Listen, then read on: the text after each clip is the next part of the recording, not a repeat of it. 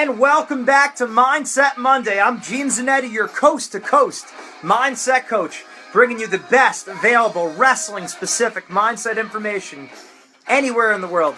And I'm not biased. Welcome back to Wrestling Mindset, Mindset Monday live. We are live on two forms of media. We have our call that's live right now, and we also have our Facebook live stream. So thank you all for calling. Great stuff. So another edition of Mindset Monday. So before we start, I want to make sure everyone knows that the most important part of mindset training is actually doing the work.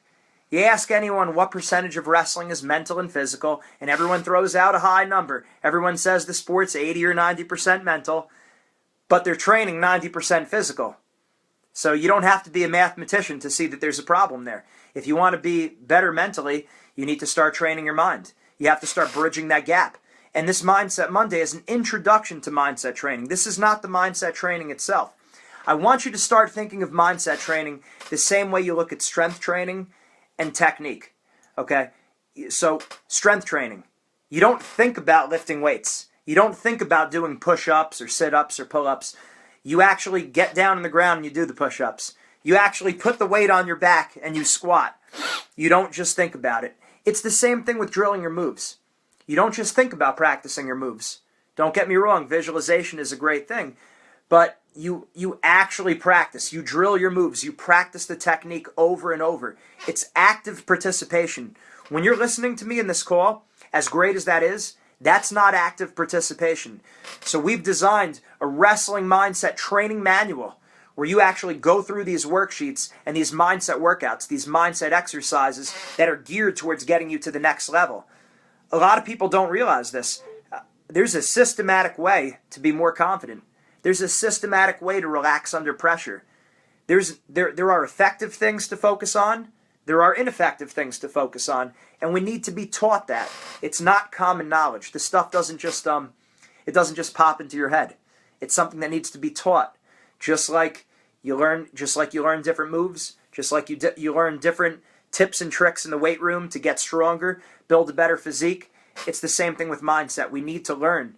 So we put together this program. It's all very wrestling specific, and we've studied the best in the world. You know, sadly, most people are going to be average.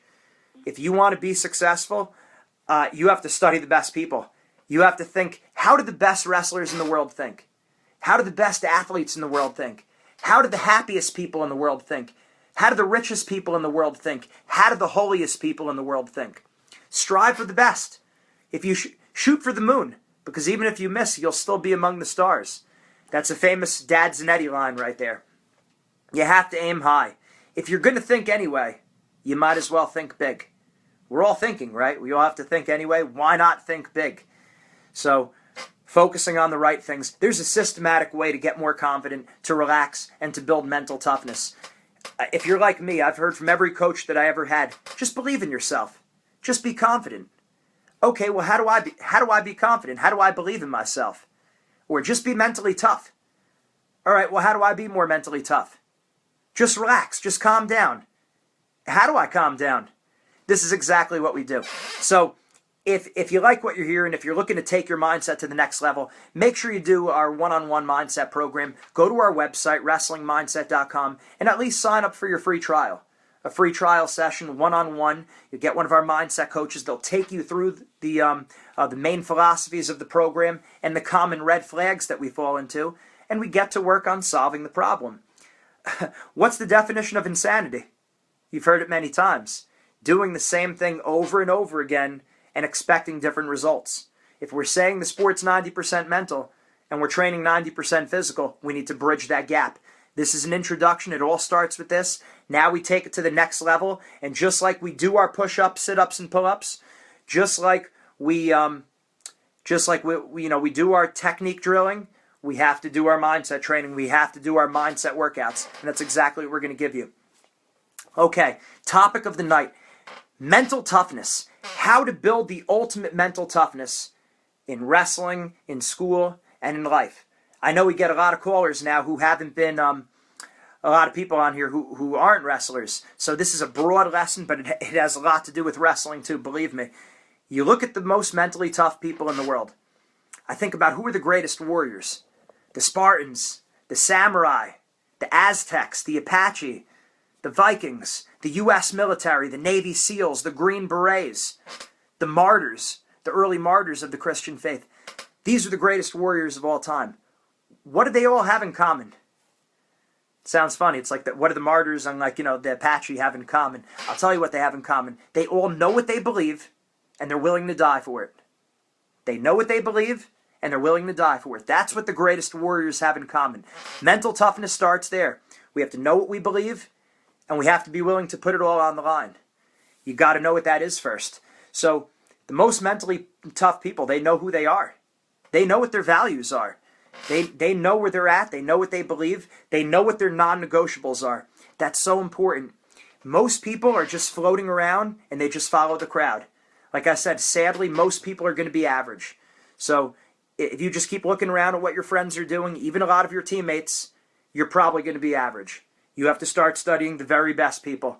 You have to transcend the group of people you're around. Knowing what you believe, willing to die for it. Okay, and chances are we're probably not going to be called to die for it. Okay, but the point is, know who you are. And this is why you see some of the richest people in the world, some of these Hollywood stars and some of these great athletes, they have all this money, they have all the outer trappings of success, and they're not happy. How could it be that these celebrities, they have so much money, they have this power, this influence on people, everyone loves them, they make everyone laugh, and they're still not happy? Drugs, depression, suicide, they're not happy. Why does that happen? It has a lot to do with the fact that we live in a very relativistic society, and it's just like we just follow the masses. It can't be like that. You have to know who you are. And I would venture to say that I really believe that you look at these successful people, they keep getting more success, they keep getting more money because they think that's going to define them. They think by winning more, by making more money, by being more successful, by getting more fans, getting more respect, it's going to make them happier. You're working backwards. It ain't going to happen. You got to know who you are first. You got to have that base. Almost anyone will say, be the total package. Spirit, mind, and body. Spirit, mind, and body. We use that as almost like a catchphrase, like a punchline. But it's very real. Our pyramid is spirit on the bottom, mind, and then body at the top. It's just in general. You look at spirit, mind, and body. And most people, what they do is they cover up the spiritual part, knowing who we are, knowing what we believe, knowing our faith and morals, whatever that is. I'm not here telling you what to believe here. We could do that at the spiritual strength call in an hour, where we could talk more about the faith. That's not the main point of this call right here. I'm saying right now, you better know what you believe. You better know your personal faith. You better know your morals. You better know who you are. What does that have to do with you as a wrestler? What does that have to do with you as a student, or you as a parent, or you as a teacher, or you as a salesperson, or whatever it is that you do? Everything. Life is going to get hard. You're going to lose matches. You're going to do bad on a test. You're going to lose your job. Life's going to come in. Bad things are going to happen. Things with our family, our friends.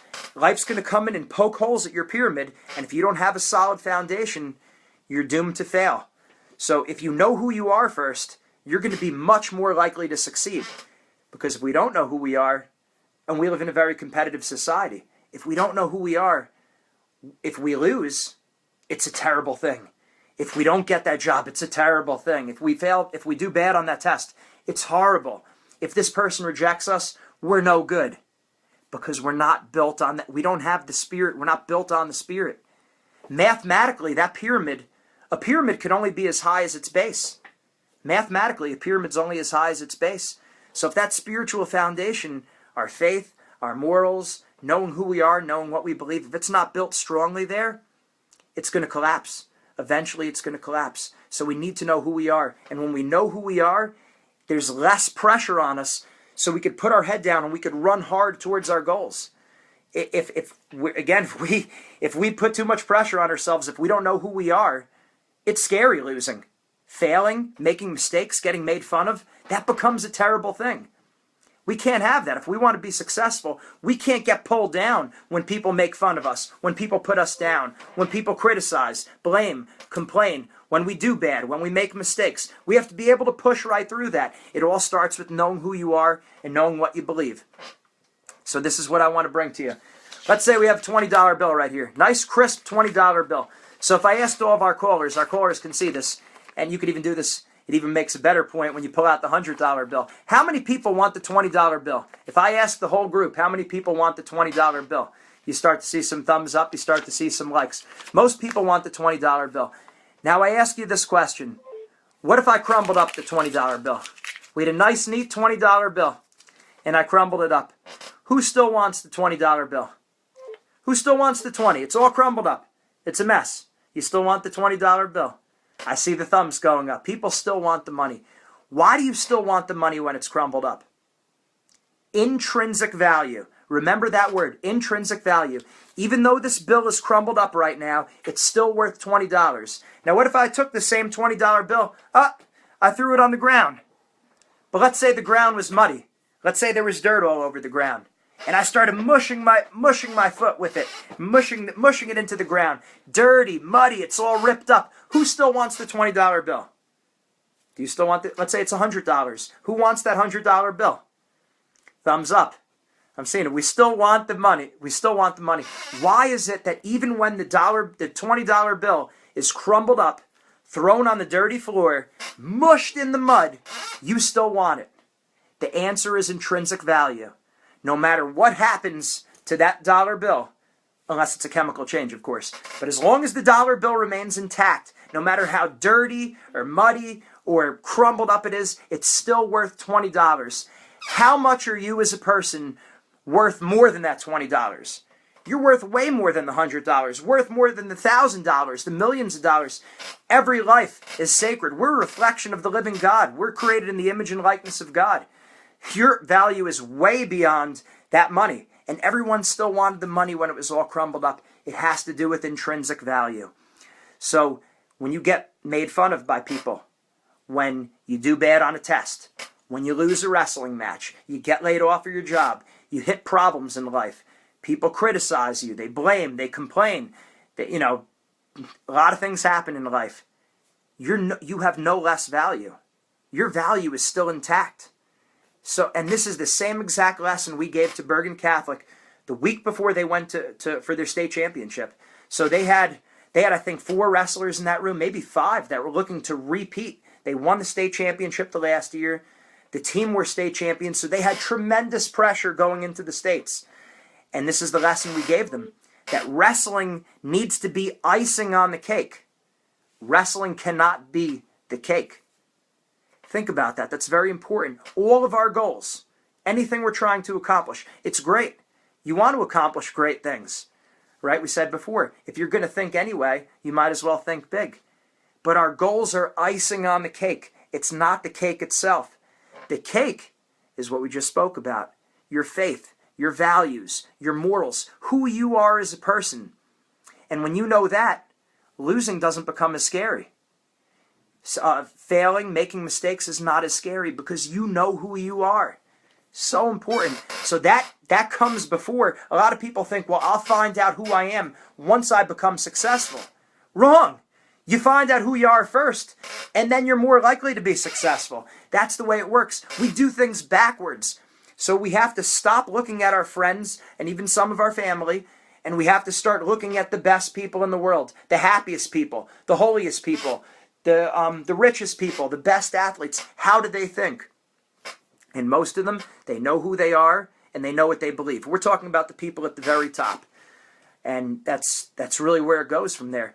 So if we don't have that down, forget about mental toughness. I could give you, there's 4 other worksheets on mental toughness that we give our wrestlers. And it's great. It'll help you build the mental toughness. But honestly, if you don't have this lesson down, this intrinsic value, knowing who you are, knowing your beliefs and your values, it's just kind of a Band-Aid. Everything else becomes a Band-Aid. If you know who you are, then you could win or lose, and it's great, but it doesn't make or break you. We put more pressure on ourselves. We compete worse. Our performance is worse when we don't know who we are because we're so scared of losing. We're so scared of making mistakes or getting criticized by other people. You look at the greatest warriors of all time, again, the Spartans, the samurai, the Aztecs, the Vikings, the U.S. military, Navy SEALs, Green Berets, all that. The early martyrs who died for their faith. What do they have in common? They know what they believe. They're willing to die. So you got to know who you are. If you have that, you're going to be a very tough person to beat because you're not attaching your entire identity to your success or failure. And I'm going to say that again. You're not attaching your entire identity on your success or failure. Common mistake people make. I made that mistake a lot. If I win, I'm great. If I lose, I stink. If I do well on this test, I'm a great person. If I do poorly, I'm not a good person. If I get into this school, if I get this job, if I make X amount of dollars, I'm a great person. If not, I stink. I'm a schmuck. Wrong. Your identity is secure. Just like that dollar bill, that's on the ground, even if it's all crumbled up and dirty, at the end of the day, it's still worth $20 no matter what happened to it. How much more valuable are you than the $20 bill? But you got to know your worth. It starts with knowing your worth. That is the lesson of the night, the soup of the day. So now we're going to open up the lines for any questions from any of our callers. Anyone on Facebook Live, anyone on our conference call down here, I have the phone on my lap. Any questions that I could help you with tonight? We have another, so it's 9:16 right now, Eastern Time. At 10 o'clock Eastern Time, we're going to start our spiritual strength call. But we have a little bit of time for questions. Anyone who has a question on our conference line, if you could please press *1. If you press *1, that will unmute your line, and you will be able to speak to me. But we thank everyone for calling. And again, make sure you do these worksheets. Sign up on WrestlingMindset.com for your free trial session, and that's where the real magic happens, because that's when you're doing the mindset training. This is an intro. It's great, but it's just listening to me. You're not training your mind while we're on this call. It's doing the mindset workouts, doing the mindset exercises, just like lifting weights, just like running, just like practicing your moves. You have to be actively engaged in the material. Just sitting back, it does very little. I don't know if you know this, but just listening to a lecture, you're only going to remember 5% of what you hear. 5% of what you hear, you're going to remember. That's bad. That's down there in the toilet. So we have to be actively involved in the materials. Okay, David Wolf Jr., what you do something at practice or something you do embarrasses you? What do you do so you don't feel embarrassed? Great question, David. So what do we do so we don't feel embarrassed? It's going to happen. We're going to make mistakes. I think you plan for this. We're going to get laughed at. There's no one who's starting a new skill or someone who's trying to get better at something that doesn't make mistakes.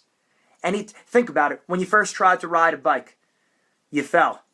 When you first tried to walk, you fell. But the difference is, as a kid, you're not thinking about getting laughed at. You're not thinking about what do people think about me. As a kid, you're just trying to walk. Or as a kid, you're just trying to ride the bike. But as we get older, we start to think a little bit more about what other people are thinking about us. So here's the thing. We're going to make mistakes. You're going to lose. You're going to look foolish sometimes. But that's the price you pay. That's part of the price you pay to be successful. That's part of the price you pay to live a good life. You know, people are going to, and even living as a good person, if you have good morals, if you have good faith, people are going to laugh at you. People are going to make fun of you. People are going to call you names. You're going to be persecuted for doing the right thing and for speaking about maybe your faith or your beliefs in God, whatever it may be. So it's going to happen. So just understand that, and knowing who you are as a person will help you be less embarrassed. I'm not saying it's never going to be embarrassing. Nobody likes to make mistakes. No one likes to lose. But remember this. Winners lose more than losers do. Overall. Winners lose more than losers do. Okay?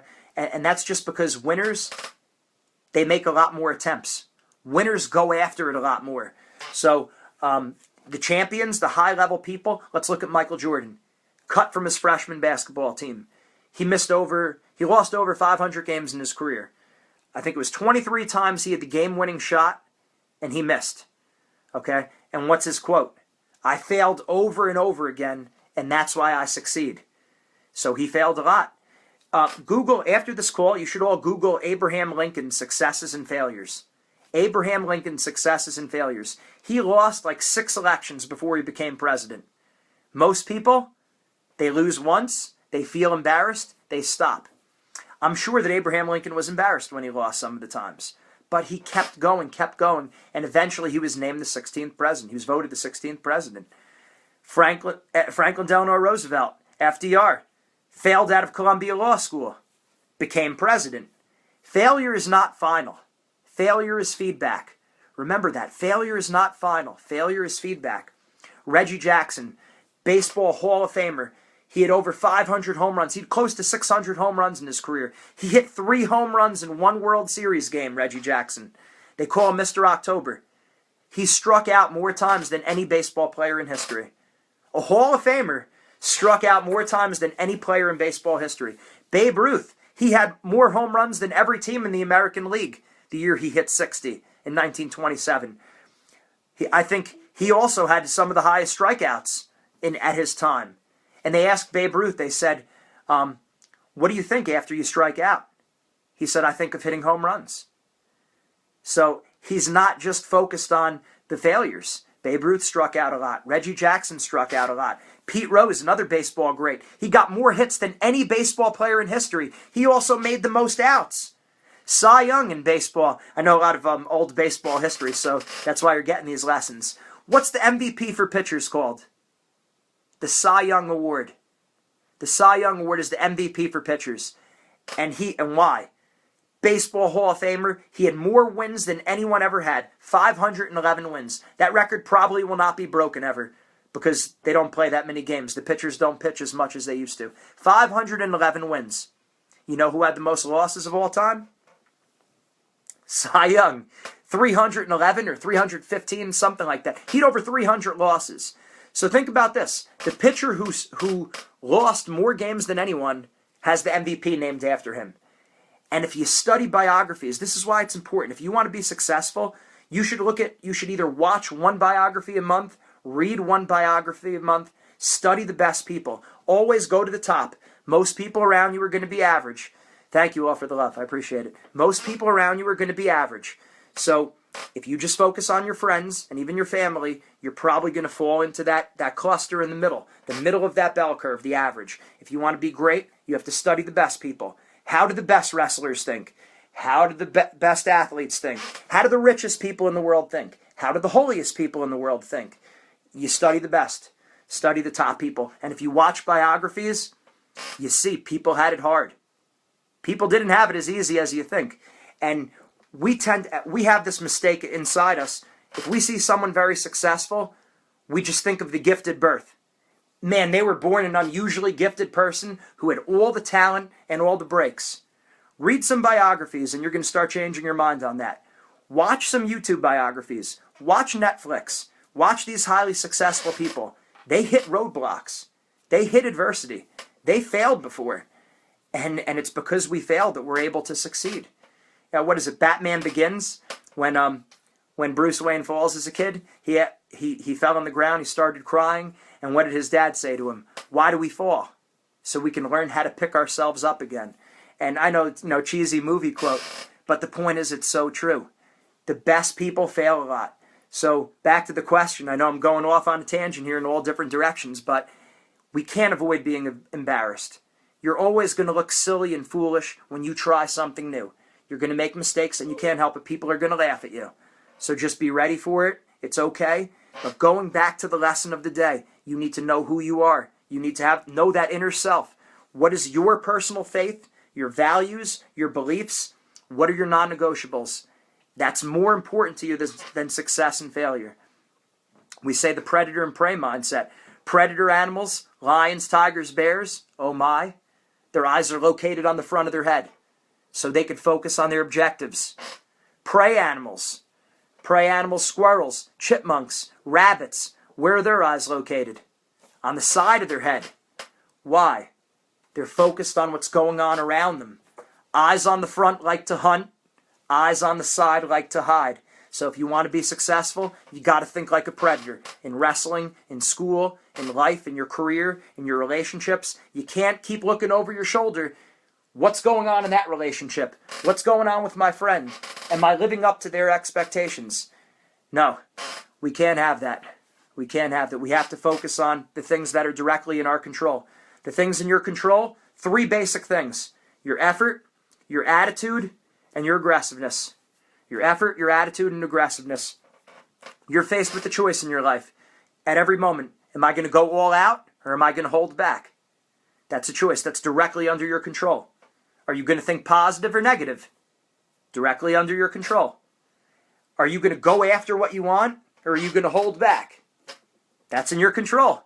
Your effort, your attitude, and your aggressiveness. What other people say about you is prey mindset. It has nothing to do with our objective. Even winning and losing, making mistakes. That if you're focused on that, that's prey mindset, because it has nothing to do with your effort, your attitude, and your aggressiveness. Keep things simple. We tend to overthink. We make things way more complicated than they actually are. Your effort, your attitude, and your aggressiveness. Think like a predator. And again, this is all an introduction.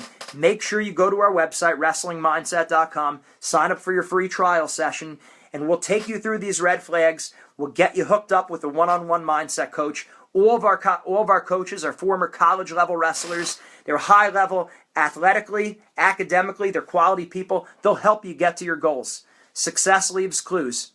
There are no great athletes that aren't very mentally tough. There's many great athletes who aren't very physically strong, but no great wrestlers, no great athletes, no successful people aren't mentally strong. You have to be mentally strong. You have to be mentally tough. That's just it. We're saying the sport is 90% mental, but we're training 90% physical. We're going to help you bridge that gap.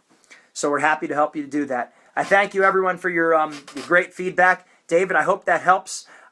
That's an introduction. Make sure you do that free trial session with us. And that goes for everyone on this call. We're really happy to help you. And if you like what you're hearing, make sure you tell your family, your friends, your coaches, your teammates. Make sure you stick with us. In a little bit over a half hour, we're going to be doing our Spiritual Strength Conference call. This is week 5 of Taking Action. So you're not going to want to miss this. In a half hour, same exact number, same exact time as every week, 10 o'clock. And have a great night. Keep it going.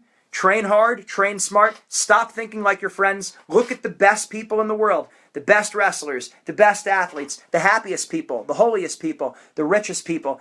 If you think like average people, you look at your friends, you're going to fall into the middle. If you want to be great, you have to study the best. There's no secrets out there. Make sure you stay with us, Wrestling Mindset. We're happy to help you. Let's close it down with our Eye of the Tiger. And there it is.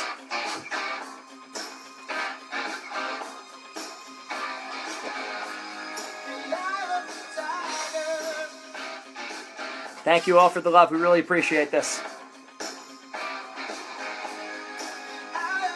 Man, a lot of information tonight. We got a lot of great topics.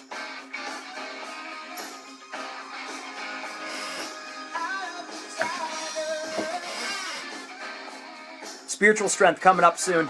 Stay with us, Wrestling Mindset. Gene Zanetti, your coast-to-coast mindset coach. Have a good night, everyone. See you in a half hour.